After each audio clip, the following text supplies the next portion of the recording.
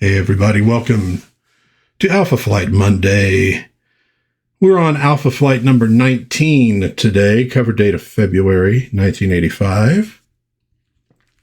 We are introducing Talisman. I just pointed to Shaman, Talisman, who is sort of a new character and sort of not a new character. And we're going to find out inside what I mean by that, if you didn't already know. Our story today is called Turn Again, Time in Thy Flight. Mystic forces whirl and dance in the moonlight, their arcane glow casting strange shadows over the site of the restoration of old Fort Calgary. So Shaman is casting a spell. Heather and Puck look on, as does his daughter Elizabeth, with whom he has been estranged. And Heather says, looks like we've arrived just in time for the fun to begin, Judd. Talk about good timing. Yeah, I just wish Sarsi was one of my 17 languages, Heather. I'd love to know what he's saying, eh? Okay.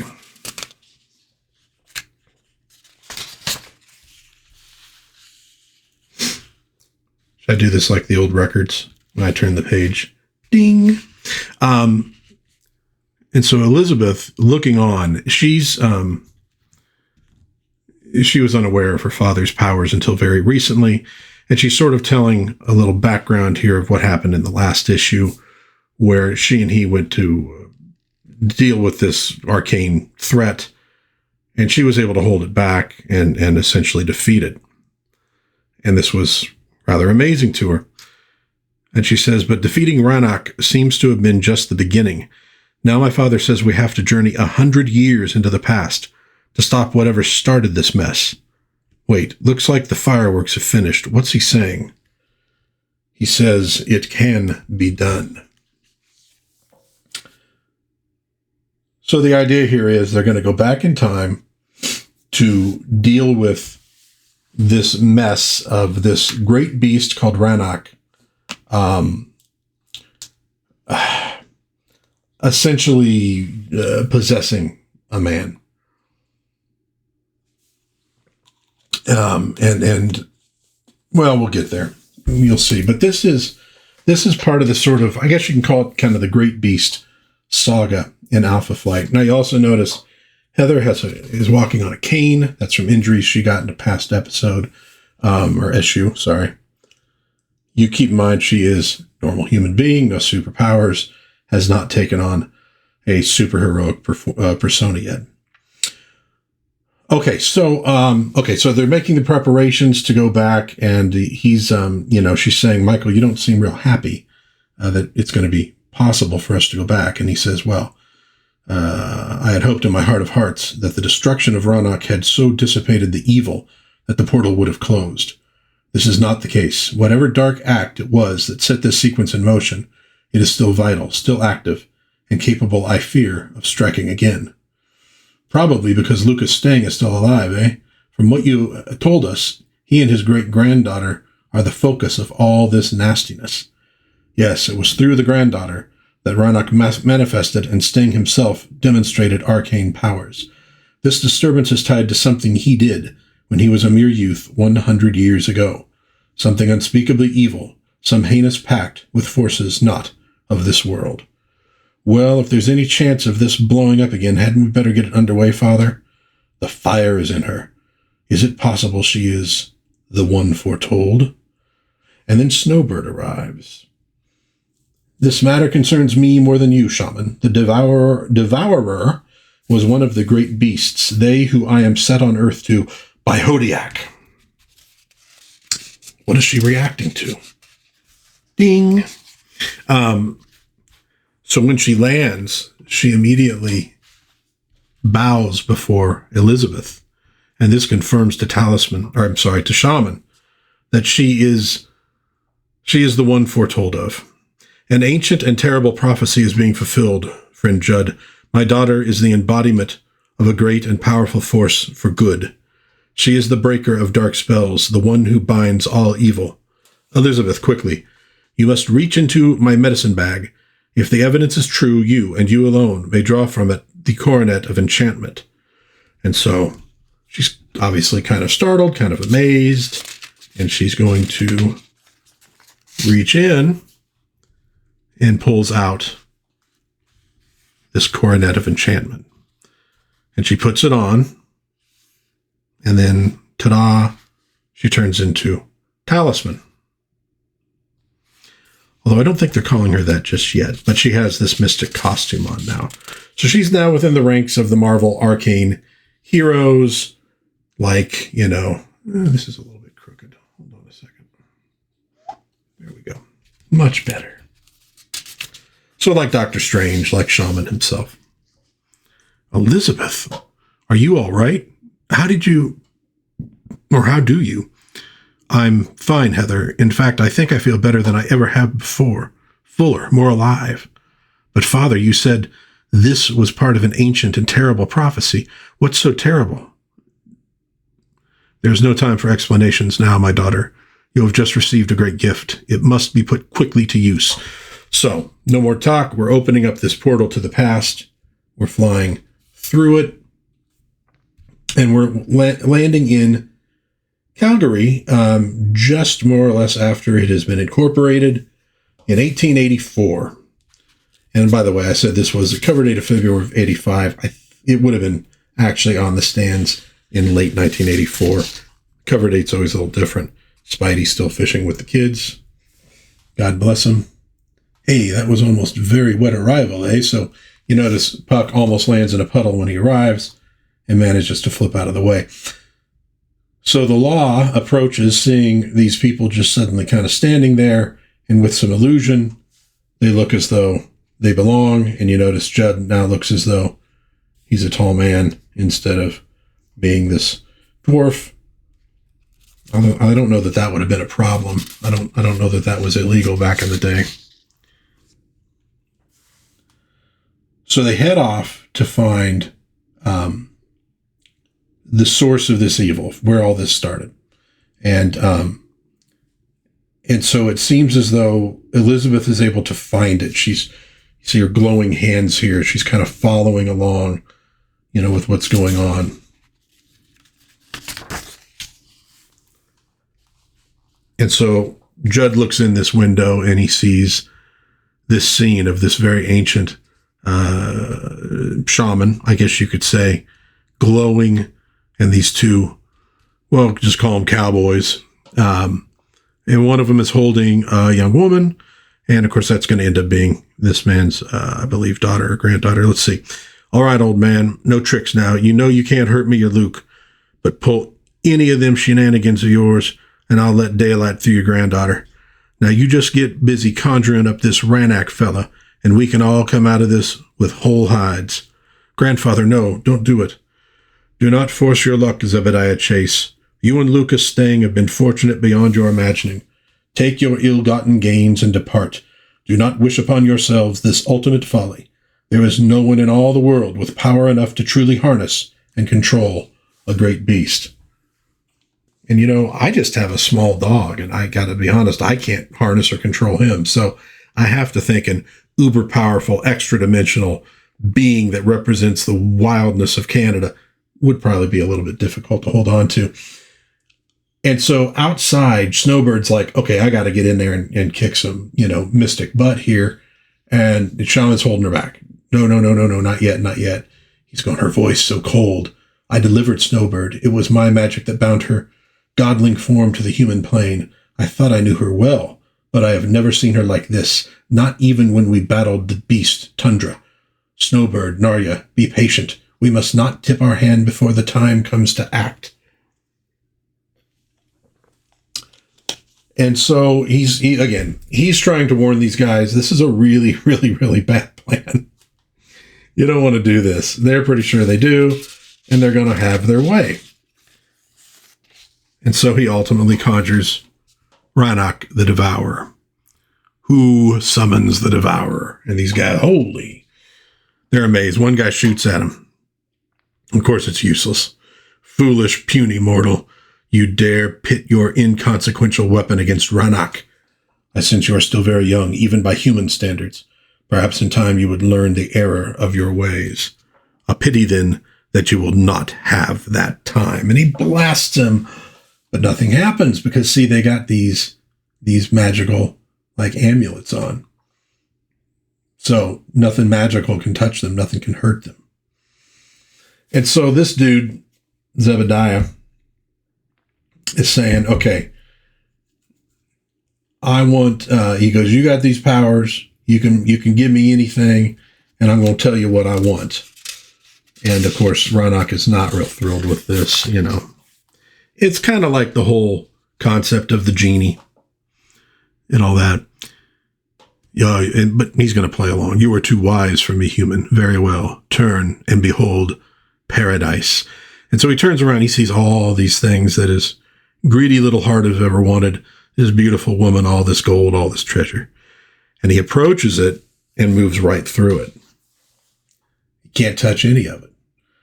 And he goes, well, I've not lied to you, human. I gave you what you wanted, but the talisman you wear shields you from all magic, good and ill. So he can't touch any of it. And so he says, well, the heck with it. I'm taking this thing off. I want this stuff. And he approaches that beautiful woman, and she's not as attractive as he remembers her being just a couple seconds ago. And he is now obviously not immune to the magic. And so the woman sort of seemingly bites his face and melds into him. And in fact, he has just now been possessed by Rannoch. After 1,000 years of useless imprisonment, Rannoch is free. Ding. Okay. And now Snowbird says, I got to get involved. Your senses are correct, Devourer. I am Narya, whom men call Snowbird, daughter of Nelvana. Nelvana. It was she who imprisoned us beyond the barrier, but I had thought all her kind trapped in the nether realms. How? No matter. I see your true fires, Narya, and they are tainted with humanity. You are no match for me, and blasts her out of the building. You see Puck hitting the ground there. Ooh, transbots. Look at that. There's Megatron. Blast. I should have kept a closer watch on Narya. Her instinctive drives overpowered my orders to wait. Elizabeth, be quick now. I must attend to Snowbird. It is for you to face Rannoch alone. Alone? But, I mean, I don't know how to... Just do it, daughter. You will not fail. That's easy for you to say, Shaman. You've been at this game longer than I have. A lot longer. And yet, he's right. When Rannoch tried to destroy me in the previous confrontation, I somehow knew what to do. All right, I'll give it a shot. She's a cool character, Elizabeth. I think in a way they kind of rushed her introduction a little bit, and bringing on these powers, but I think you're supposed to get the idea that there are higher powers at work here, mystical powers, and that's why she's able to do what she's doing without having gone through all this training. Whereas, with Shaman, there was a long training process, or like Doctor Strange. If you're playing like modern versions of D&D, it's kind of like the wizard versus the sorcerer. The wizard has to study and train. The sorcerer, it's like a natural ability for her. So he can stand clear, Puck, and another female. How much the race of men has changed in 1,000 years. I had thought all women were weak and timid things. Oh, well, he's asking for it now. Yeah, well, women's lib hasn't quite found its way into the Old West, friend, but I have. And I can do nothing. Nothing is happening. Your bluff was a good one, child of man. For a moment, Rannoch was almost afraid. But only for a moment. Now he blasts her, and then it's happening again. Like before, in our own time, I can feel the energies flowing all around me. But they aren't hurting me. They're making me strong, able to strike back. So it's like she needs to absorb this energy from her attacker in order to turn it back on them, rather than just having these, energies stored within her to begin with.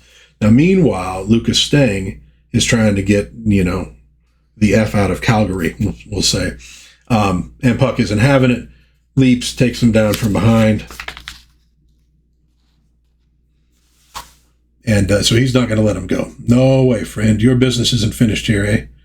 Not till you do something that'll haunt you for 100 years. You are wise, small one. Only Lucas Stang can destroy the beast I have been forced to set free. Destroy him? But Zeb's my friend. He's been almost like a father since my folks died. I can't kill him. And you will not, Lucas, for Zebediah Chase is already dead. It is the beast alone who now occupies his body. Then what do you expect me to do? You said yourself no one in the world can destroy Ronok. I said control, Lucas. No one in the world can control him. But the Devourer is perhaps the weakest of the beasts, for he requires a human body to inhabit. And so long as he dwells within the flesh, he is as mortal as you or I, the one who can pierce the magic that protects him. What does he mean? Oh, he means that talisman, that amulet he was wearing. And so he basically, and this is, I'm sure folks who are into guns and, especially older weapons, he basically bites off like a piece of this, or one of these little segments of this amulet and puts it into a cartridge in place of the normal bullet. And that might not work that well coming out of a gun. But he then uses that bullet, hit that a little bit, to fire and kill Ronok, who is in the body of his former friend. And not far away, this has an impact on Snowbird. Narya, the beast is slain, yet somehow it transmitted its dying agony to her. Truly, there is more to this than I had even begun to guess. Okay, well, in the proud tradition of comics, and especially Marvel Comics, every success has the seeds for a new challenge in the future. And so it is here as well. Oh, and that's, no, it isn't. Okay, I don't think that's the last page. 1 hour later, the newly constructed barracks headquarters of the mounted police stand on the site of old Fort Calgary, demolished to make way for them in 1882. But not even the most alert Mountie can penetrate the masking spells that hide the small party now contemplating its grisly business near what was once the Eastern Wall. So basically, they bury that body, and that's the body that they're going to find 100 years later. And so, as the old shaman there says, "You have done well, Lucas Stang, though I fear your reward will be bitter indeed. Ahead of you now lies a life alone, fearful of former loved ones, ever on guard against the return of the beast." Wait a minute. He's telling him the prophecy old Lucas Stang mentioned back in our time, about Ronok striking at him through a loved one, and the blood of an innocent being spilled. Yes, Lucas has saved perhaps the whole world this night, but his payment will be a lifetime of fear and solitude, broken only by those few brief years when he permits himself to take a wife. But that isn't fair. I mean, we must tell him it doesn't have to be that way. But it does, my daughter, for it has always been that way. That is the cruel truth of time travel. That which has been, has been. It would be dangerous folly to attempt to change it. Actually, it looks like it says chance it, but change it. I wish to all the gods it could be otherwise. So be it then. Come, my friends, let us return to the present. This talisman has much to learn if she is to fulfill her role. All right, but this whole business stinks if you... Hey, wait a minute. What did you call me? Onward. Okay. So this one... done by John Byrne, of course, Andy Yankees coloring, Rick Parker lettering, Denny O'Neil editor, Jim Shooter editor-in-chief, and introducing Keith Williams background inker. Okay, nice work.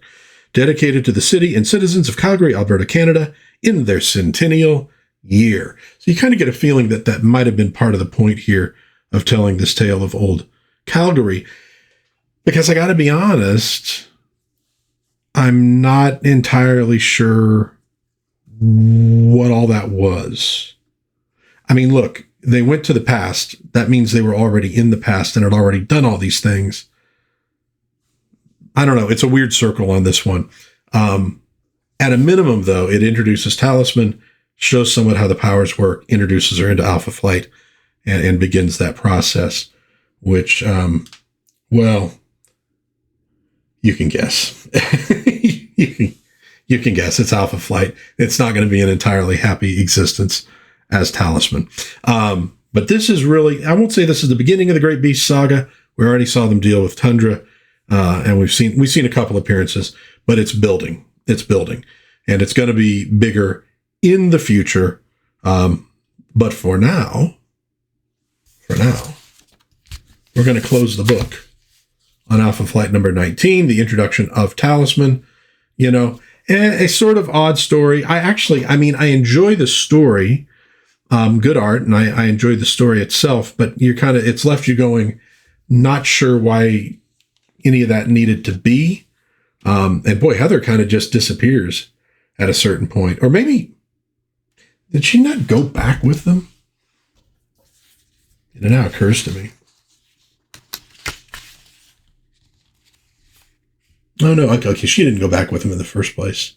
I get it. I was picturing that being her, but that was Snowbird. Yeah, so interesting little story. That almost might have worked better.